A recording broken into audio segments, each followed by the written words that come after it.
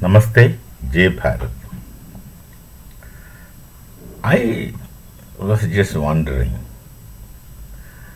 Cassian Rodriguez Aguirre, my teacher, he defined religion as the fundamental intentionality of human consciousness towards the sacred. Of course, he uh, also got inspired from Rodolfo Otto to make this definition. So, this would take us to a place where we will have to say that there is an intentionality towards religion in human consciousness. Now, taking that as granted, let's speak about the religion is somehow, somewhere, in some manner, is a natural requirement, at least if not necessity of man. Now, it's not easy to be in religion, that's also there. It puts lots of restrictions on you where you don't want such things. Or you know, or somehow you are aware that these things are not really needed for me. Such things are there. So, there is a kind of inbuilt contradiction in the consciousness of human existence, that whether to go for a religion or say no to religion. In religion, Semitic, especially in the religion of Islam, until you are a madrasa brainwashed person, it becomes many times repugnant, especially for the women.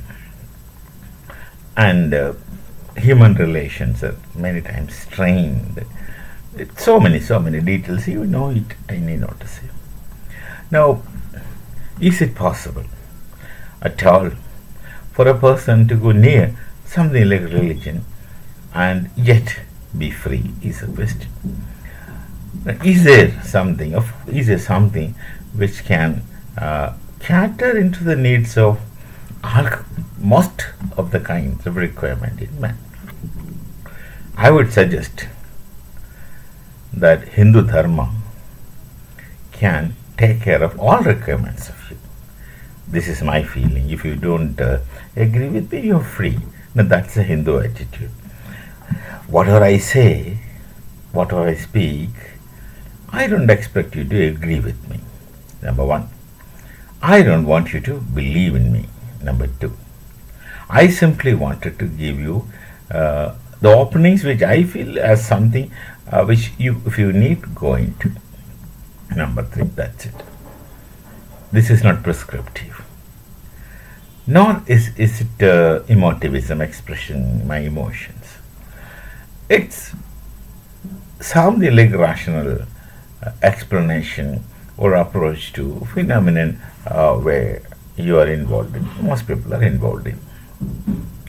First of all, let's talk about a common person who wants to believe in just be in the faith system.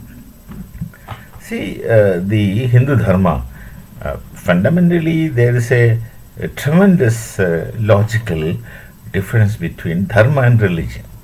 I spoke about it in some other context, so I won't speak about it here now. I would say that Dharma is not religion, religion is not Dharma.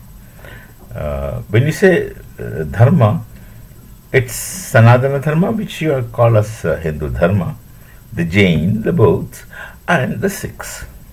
These all Bharatiya Dharmas come as Dharmas, and they are really not religion in the sense that how you understand religion or how one understands religion. So the concepts and categories are entirely different. Now, suppose you talk about a person who wants to simply worship, belong to a deity. Now, we have so many deities, and for all functional reasons, we treat all deities as God. And practically, when it comes to a functional aspect, just there's a God.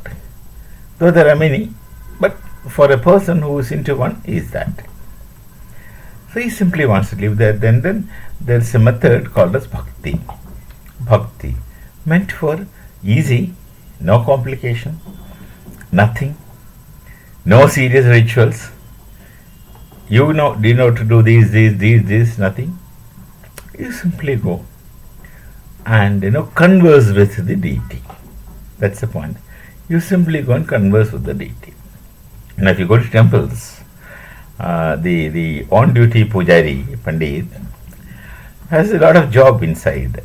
He has to decorate the deities, and there are some places. There's one temple near where I live, Kayavaran. Every half an hour they change the decoration of the Shivlinga. Every half an hour, maybe sometimes 1 hour. And it takes enormous amount of time, skill, effort, etc. from the people. So you go there. It's all. In most cases, this deity is beautifully displayed, arranged with all kinds of fineries. But when a person goes to a temple, a bhakta, the one who is in bhakti, he goes there, he just looks at the deity and then closes his eyes and starts conversing with the deity. You can speak, you can ask, and you're that free. There is no difference between the deity and you. So you're free. They don't call the deities with respect, like Lord, this thing, that thing. They just call him just you. As you talk to a friend. The concept is that of a sakha, a friend, the one who is with you. So that concept is there. So that is the one point. That's for a common man who goes to a temple, be a bhakta. Sometimes he goes. Now the bhakti itself is in variety. Somebody can be very ritualistic. Somebody need not to be ritualistic. He'll just go and close his eyes and stand in front of the deity. And there his mission is accomplished. He goes back. Somebody who goes to rituals. Someone who goes to go and recite good things about the deity. So all these things happen internally to you, not externally out there. But the deity is simply a symbol, or an instrument for changes or happiness, which whatever you desire within you. That's one. Then there's another person, a different kind of person, who doesn't want to go there, but he just believes that I'll be good. I'll do good deed. I will not become bad. I'll go according to dharma. So we have this wonderful concept of dharma. In Hindu Dharma, we have this wonderful concept of dharma. Dharma can be very roughly and crudely translated into English as righteousness, or everything that is right put together in one sense. I know. I can't unpack the concept of dharma just as easily as it is said.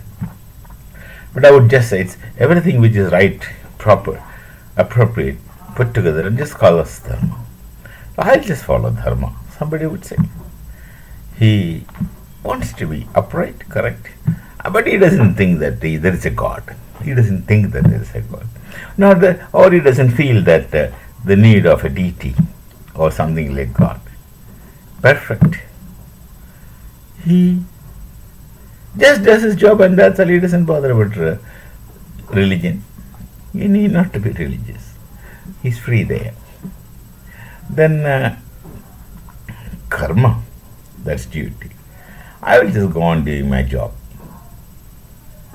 I'll go on doing my job.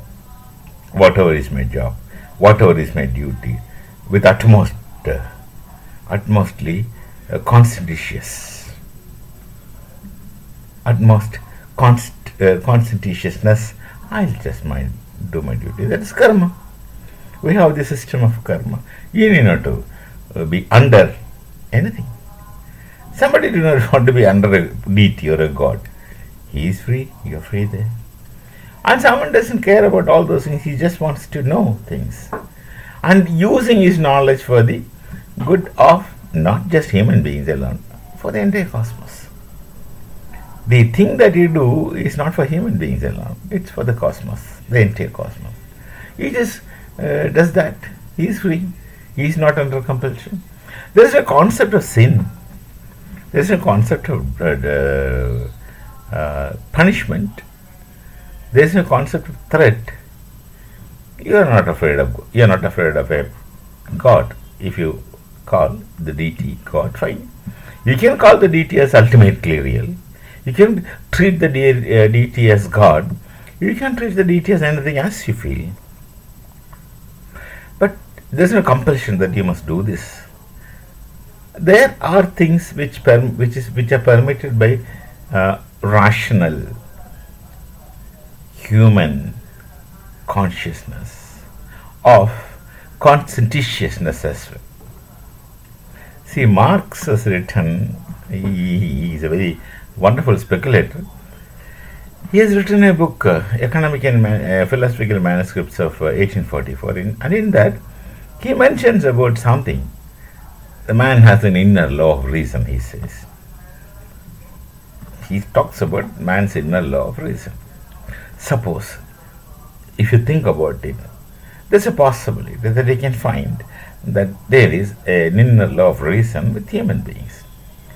And that inner law of reason should not contradict something akin to social coexistence, rationality, goodness, and the so-called European moral thoughts. We don't talk about moral philosophy in Bharat. There's moral philosophy solely with the European philosophies. Bharat has got Dharma, which takes care of everything. There's no separate moral philosophical discussion.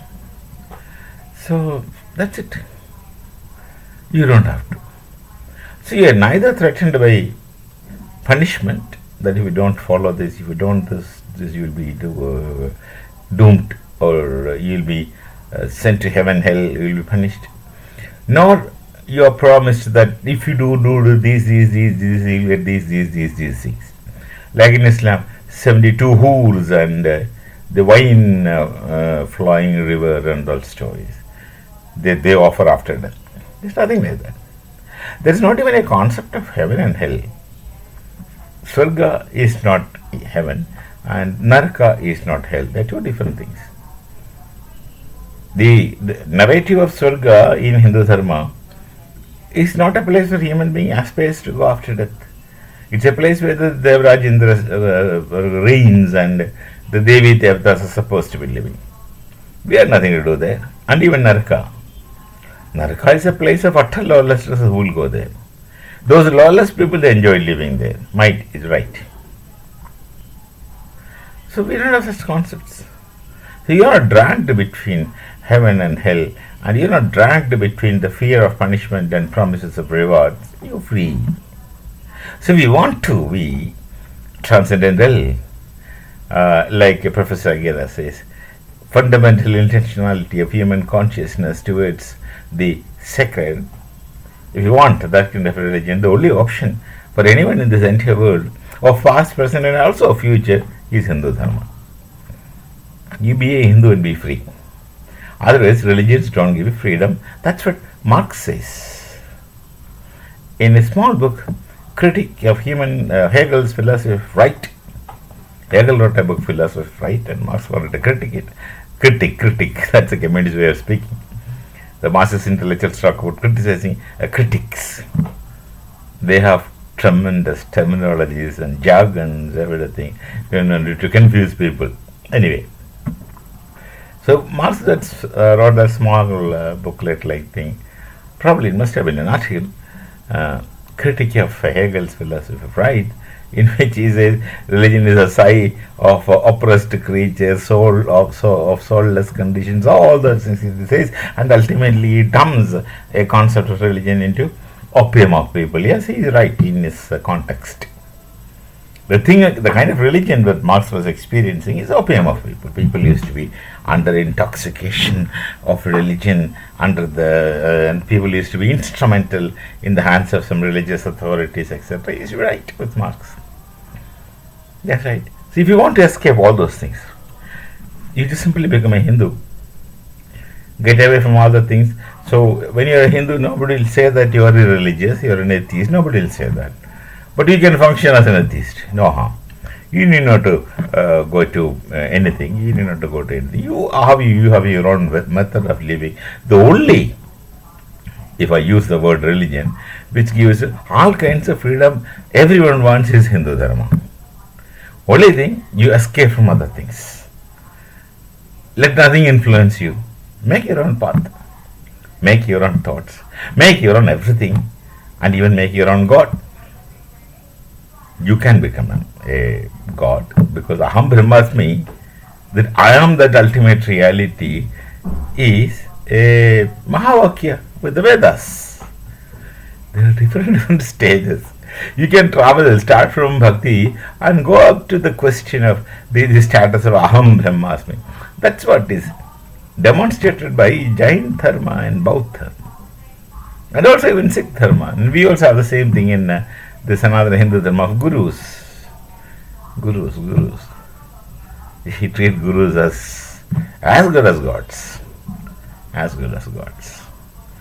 So, if you want freedom in transcendental living, if you want freedom with your spiritual quotient, they say there are three quotients: IQ, intellectual, EQ, emotional, and SQ, spiritual. If you want to be free with the spiritual quotient, don't go and listen to anyone. Make your own things. And the only thing where you can make your own things, if you want and if you are capable, it's Hindu Dharma. Come. Study about it. Who is asking you to become Hindu that way? Study about it. If you feel convinced, that's a way I am telling. There's a path. There's a way. You remain free. Not under the compulsion of rituals, if you want. At the same time, if you want to be obedient to rituals, you have the freedom. No rituals, no compulsions, no priest who would represent God to dictate terms and conditions to you dressed like this.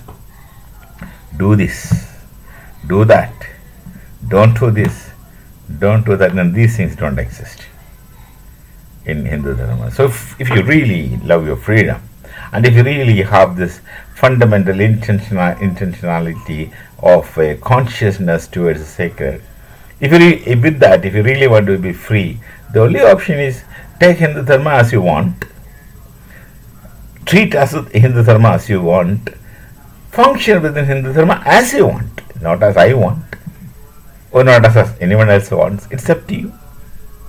You don't have to follow anything. You don't have to follow anyone. You simply have to follow yourselves. That is the beauty of Bharatiya knowledge tradition. My interest is in Bharatiya knowledge tradition. My interest is in Veda-Upanishadic knowledge tradition. My interest is in Bharatiya Sanskriti, which makes you human. And more, if you want, God. This option is there. If you want, try it out. There's no initiation in the real sense. With the religions, there is an initiation ceremony. You know it, how it is. There is no initiation. It's your want, you go. It is something like you join the RSS, Rashtriya Swayamsevak Sangh. There is no membership. You have the Sangha, Sanskriti, you start going there. Be with them. Function. That's it. And get trained. If you go to Shiksha Samvarks, you get trained. That's it. So the freedom, if you want, option is there. Try, understand. You need to go to a teacher at all if you want. Choice is yours, freedom is yours. Exercise it if you want. I just said there is this thing. To take it or not to take it is your choice. We meet again. Till then, Namaste. Jai Bharat and Jai Shri Ram.